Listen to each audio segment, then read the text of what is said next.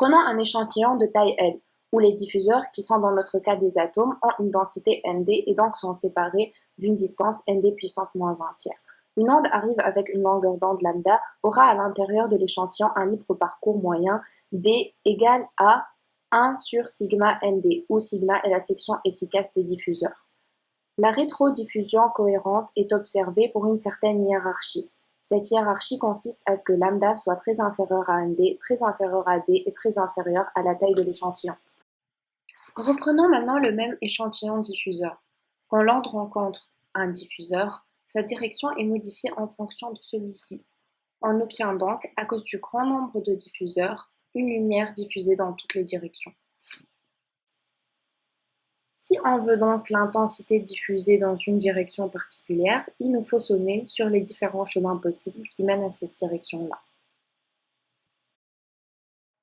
Si on met une caméra dans une direction quelconque et que l'échantillon est au repos, on obtient une figure de speckle à cause des interférences entre les ondes diffusées par chaque diffuseur. Mais si on regarde dans la direction arrière et que l'échantillon est en mouvement, on a une unique tache de surintensité.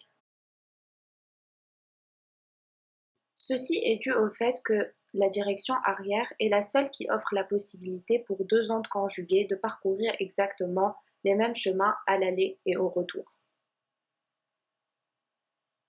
Si on regarde de plus près ce secteur angulaire qui nous permet de voir la surintensité et qu'on appelle θ l'angle entre l'onde incidente et l'onde diffusée, on peut dessiner l'intensité en fonction de θ et on obtient un cône que l'on appelle le cône de rétrodiffusion cohérente de la lumière.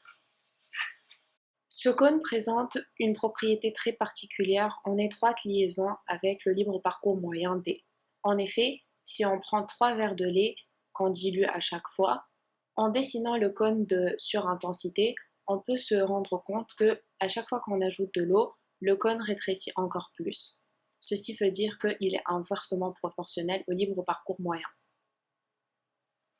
Tu veux en savoir plus? Visite notre site web pour le matériel utilisé et les étapes de l'expérience.